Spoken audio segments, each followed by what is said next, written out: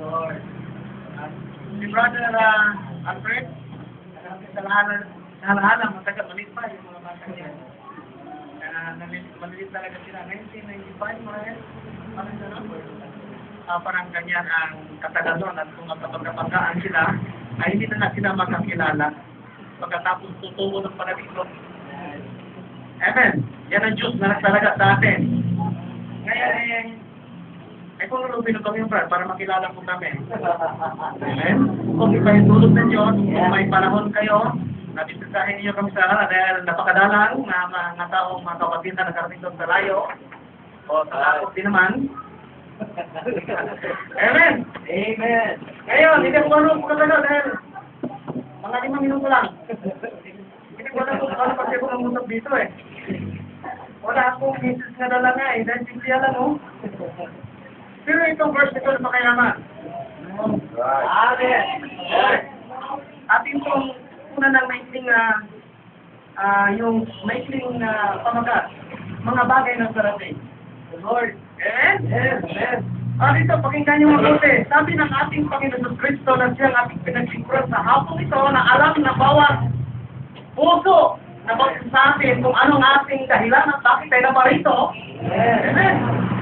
Huwag na pagmihanan ng inyong puso, magsisampalataya kayo sa Diyos, magsisampalataya kayo sa atin.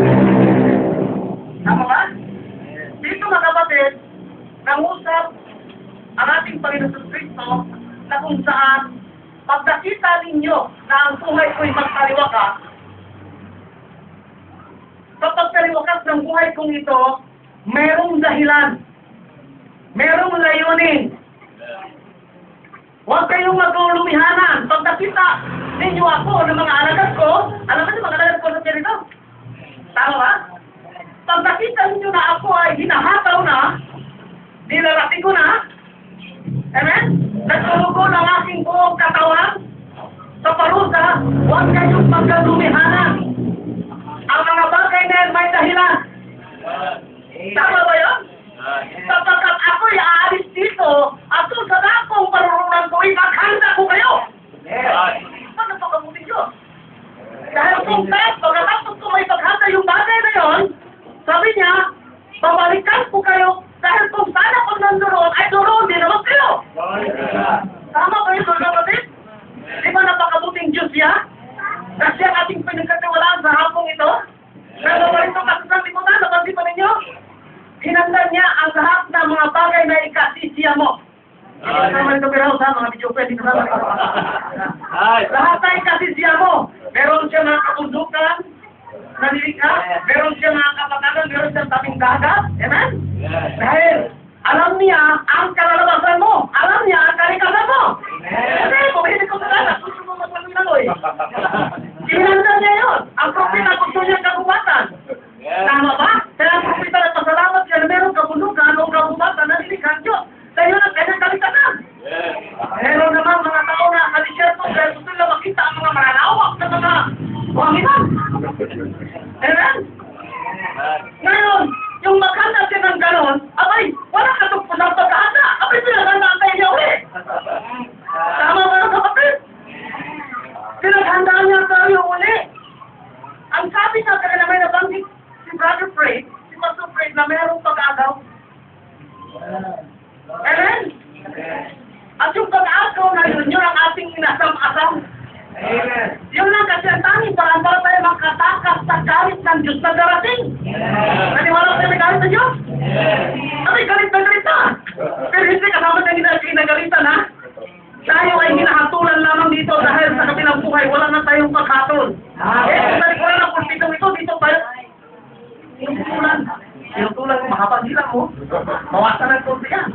Ngayon kung mahaba yung paa mo, ikot-ikot ka, nasyut ka sa singa, tapos naman yan. Kung masyadong yung mata mo, malikot na siya, lalo sa mga binata, kung ano ang titingnan, tatalakan ng bakutyan para kumama lang. At makita ay ang salita ng Diyos lang. Tama mo mga kapatid? Ay, tinan niyo mga mabuti. Mayroong pag-agaw at yan ang ating kinasam-asam. Ay, alam mo yung pag-agaw mga kapatid? Saan kayo nagaling? Sabi ng pangarap na mula sa kaisipan ng Diyos. Ngayon kung wala ka sa kaisipan ng Diyos mga kapatid, hindi sa loob para mawaroon ka. Tama ba? Pero ako pinaniwala na lahat ay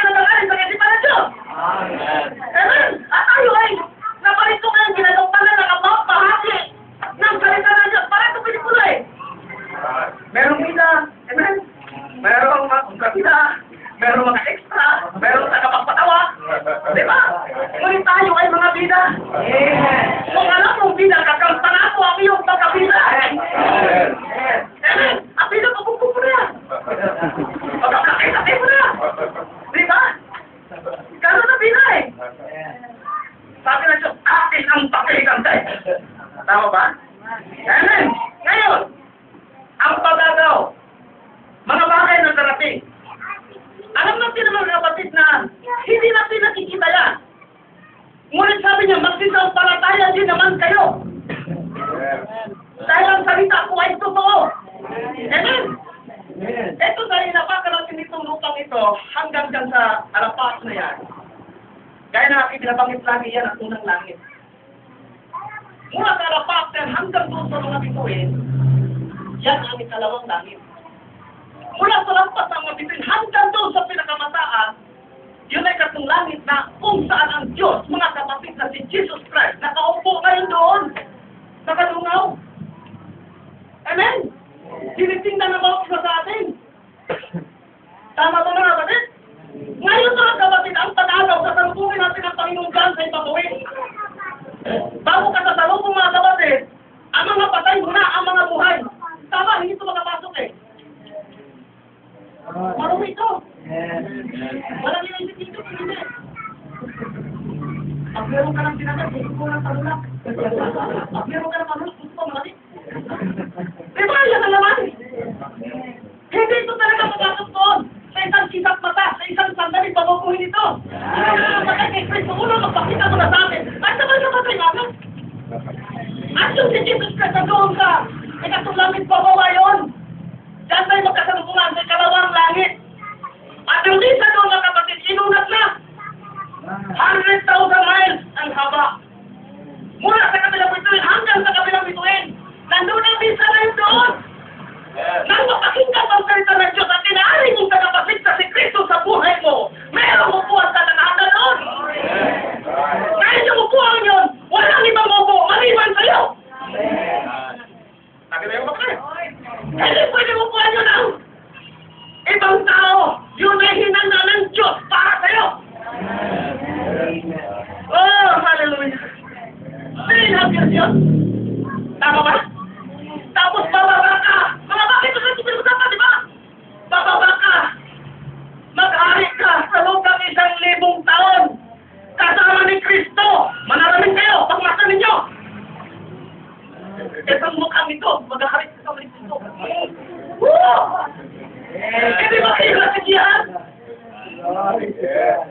Tayo yung mga representative. Tayo yung nahayag na salita sa sanlibutan nito.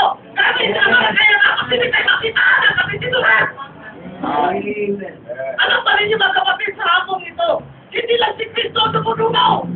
Maraming mga dakilang mga mananampalataya, mga sundalo ni Kristo na katingin sa atin.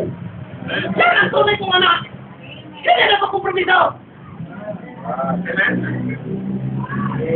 Nagkita yung kapatid. Maghari ka sa lupa kasi ang 1,000 taon kasama ni Kristo. Pagkatapos mga kapatid, tahanda naman ito, takot na ba? Takot na!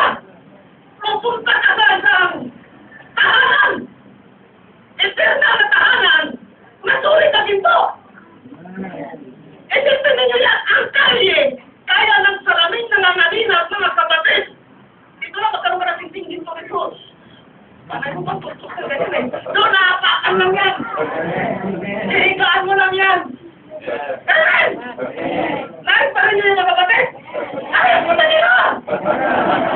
Amen! Ang mga kasubok! Ang mga pagkakapa! Ang mga pagkakapito! Walang sinalaman na sa inyong kaligtasan! Bago pa ito magkakal sa libutan ay ligtas na kayo! Nangahin kayo ng Diyos! Amen! Ito yung mga kapatid! Kapatid ka ng Crystal Park o Salonita! Pwede tutok-tok yan ng mga karina! Doon mga kapatid! Pag namasyal ka doon! Alam pa ninyo, ang mga kirubin na aalit ang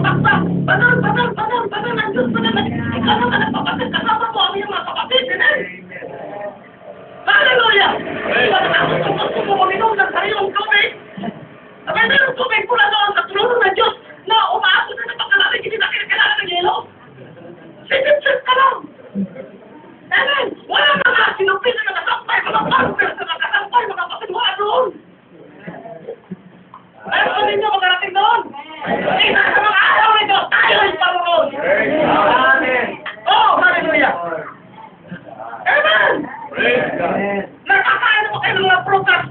Lahat ng klase ng prutas. Pero puno kahoy yung mga kapatid. Na sa loob ng isang taon ay 12 beses na bunga. Amen!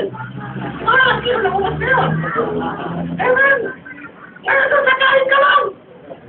At hindi ka na kailangan mo tayo na kumita doon. Walang ulo, hindi ka na kakain doon eh.